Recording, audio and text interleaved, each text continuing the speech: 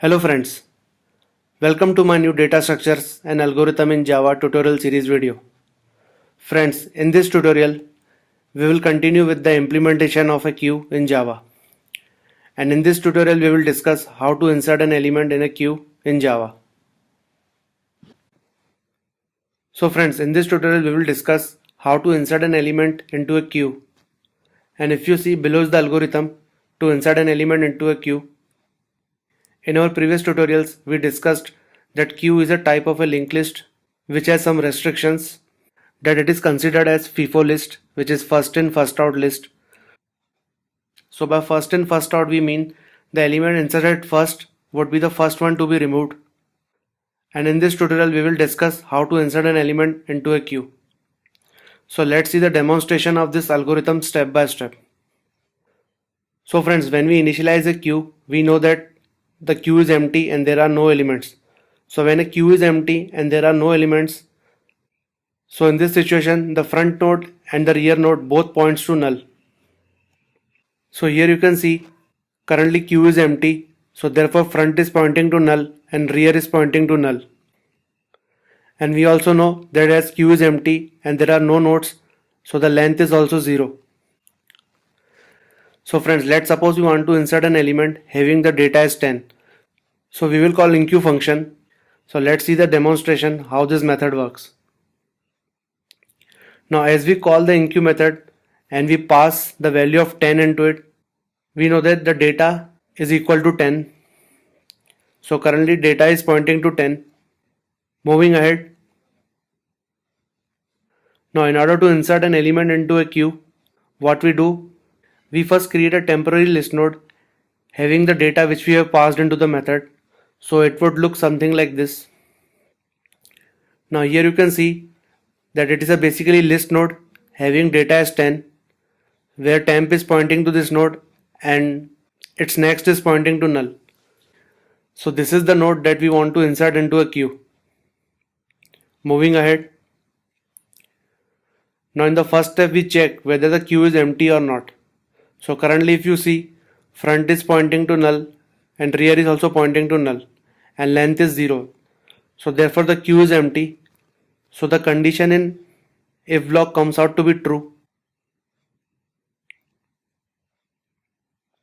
Now in the if block what we do, in order to insert this temporary node into the queue, we simply assign the value of temp to front. So it would look something like this. So now front is pointing to this node having data as 10. So friends, in our previous tutorial we discussed that when a queue is empty and if we want to insert an element, then after its insertion we know that the queue has only one element, therefore front and rear both point to that particular node. So here we simply check that whether queue is empty, and if it is empty, then we'll simply assign the value of temp to front. So you can see now front is pointing to this particular node. Moving ahead.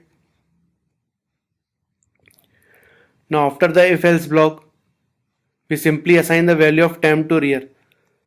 So friends, here we know that after the insertion of this node, queue has one element. So if the queue has one element, then we know that front and rear both point to that particular node, because the queue contains the only node which is first and the last node both. So therefore in this step it would look something like this,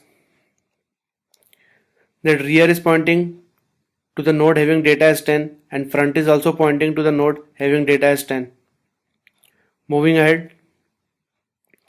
Now in the last step, as we have inserted this node into the queue, we know that length of this queue is 1.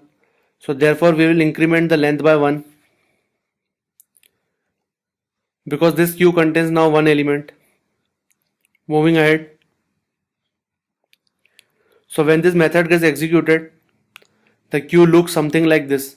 The front and rear both point to this particular node and whose next is pointing to null. And we also know that length is 1. Now suppose if you want to insert one more node having data as 15. So let's see the algorithm once again. So in the first step we know that data is 15. Moving ahead. So friends, in order to insert the node having data as 15, First we'll create a temporary list node which has data as 15 and whose next will point to null. So it would look something like this.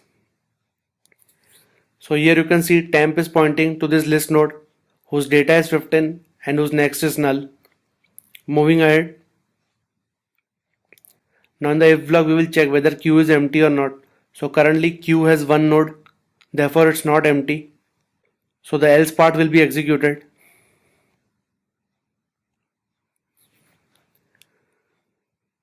So in the else part, what we do, we simply assign the value of temp to rear.next. Now friends, in our previous tutorial, we know that whatever the nodes we want to insert into a queue, we always use the rear end of it. This is because queue follows some restrictions that the nodes are inserted at one end and they are removed from the other end. So in this case, if we are inserting a node, then we are always using the rear end.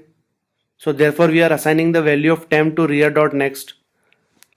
So currently if you see, rear next is pointing to null, and if we want to insert this node having data as 15, we need to remove this link and we need to point this link to this temp node. Therefore we are assigning temp value to rear.next. So it would look something like this. Now first this link will be removed and then we'll create one link from first node to second node. So it is nothing but we are assigning value of temp to rear next. Moving ahead. So friends, we know that we are inserting an element at the rear end and this rear node will point to the last element of the queue. So currently we have inserted this node into the queue, but we are not pointing rear to this node because this is the last node. So in order to do that, we are simply assigning value of temp to rear.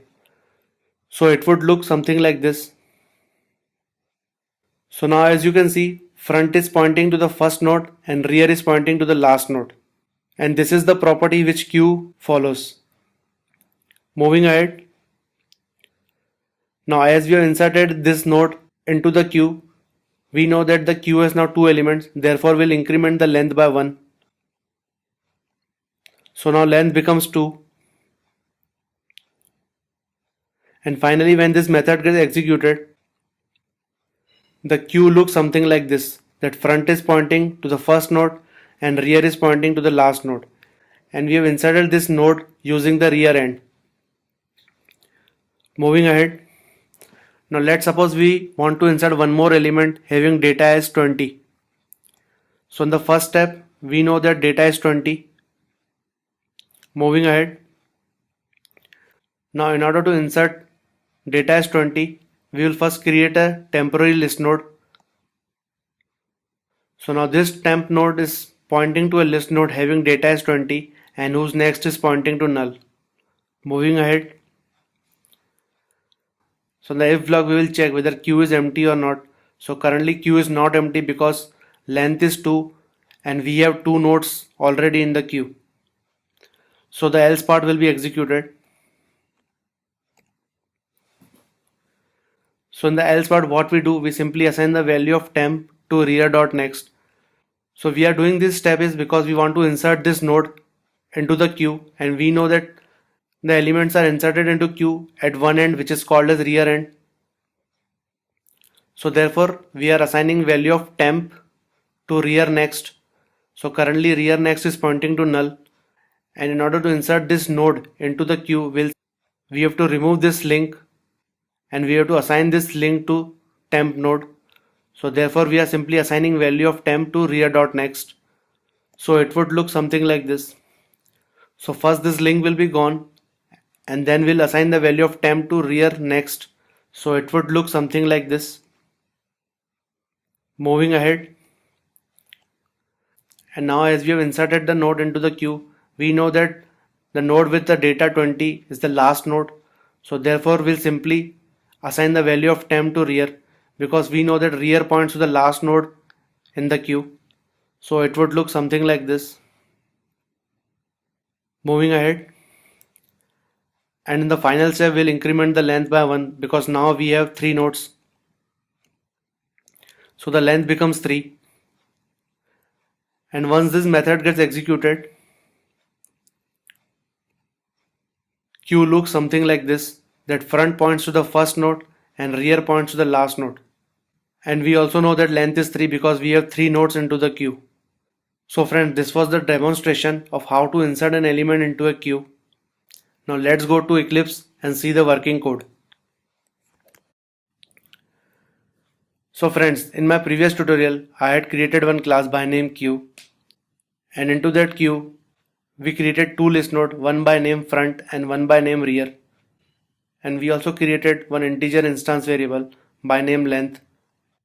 So basically list node front will point to the first element into the queue, and list node rear will point to the last element into the queue. And as we are discussing the in queue operation, we know that we are inserting the element from the rear end.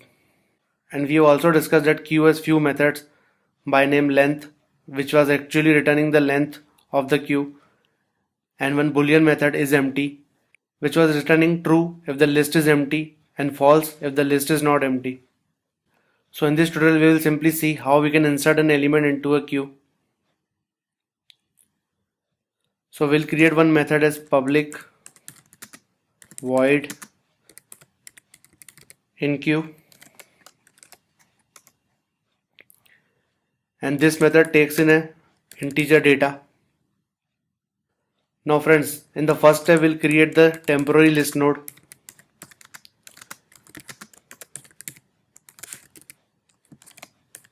and we'll pass the data into the constructor. So in the first step we are creating the temporary node which we discussed in the slide. Moving ahead, we'll provide an if else block. So in the if, we'll check that is queue empty or not. So if the queue is empty, we are simply assigning the value of temp to front, and if the queue is not empty, then we are simply assigning the value of temp to rear.next. Moving ahead, after if else block, we are simply assigning the value of temp to rear as we discussed in the slide, and in the last step we are incrementing the length by 1. So friend, this is the in queue operation which we discussed in the slide, and in this class I will also create one constructor for the queue. So public queue. So when we initialize any queue, we know that front is pointing to null and rear is also pointing to null, and length is 0.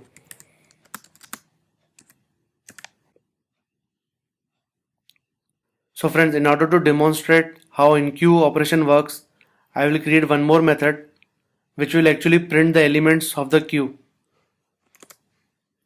So here I create one method as public void print, and in the print method we'll check if queue is empty, it means it has no node to print, so therefore we'll simply return from the method.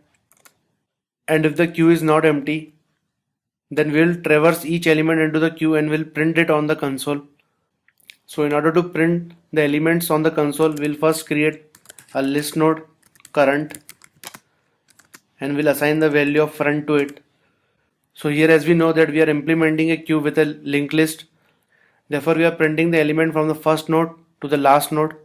So therefore, in order to traverse each and every node, we are first initializing the current with the value of front, and then we are providing a while loop,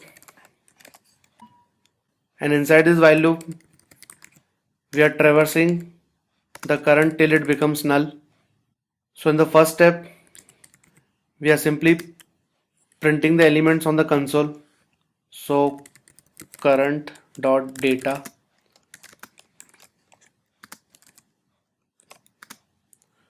and then we are simply incrementing current to its next position by assigning current dot next to current, and after the current encounters a null value, then we are simply printing null. So friends, let's test the working of enqueue method in the main method. So here first I will create an instance of queue,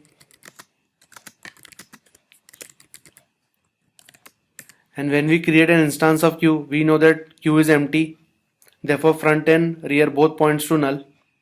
So friends, let's insert few elements into the queue. So we'll call enqueue method and we'll pass the value as 10, and let's say I print the queue on the console. So if I run the code now, so you can see it printed 10 and null. So as the queue was empty, when we inserted node having data as 10, so this was the only node, so therefore it printed 10 and null. Now let's insert one more node, and if I give the data as 15, and if I run the code now, so you see it printed 10, then 15 and then null. So here you see queue has two nodes where the first node is pointing 10 and second node is pointing 15. And here you can see we are inserting the node at the one end, which is the rear end. So therefore first 10 was inserted and then 15 got inserted. So if I insert one more node, say 20, and if I run the code now, so you can see that using the rear end we are inserting the element at the end. So friends, currently queue has 3 elements with the data as 10, 15 and 20. And in this tutorial we discuss how to insert an element into a queue. So friends, in my next tutorial I will discuss how we can remove an element from the queue, and we'll discuss the dequeue operation. I hope you like this video. Please like, comment, share and subscribe my YouTube channel. Thanks, have a nice day.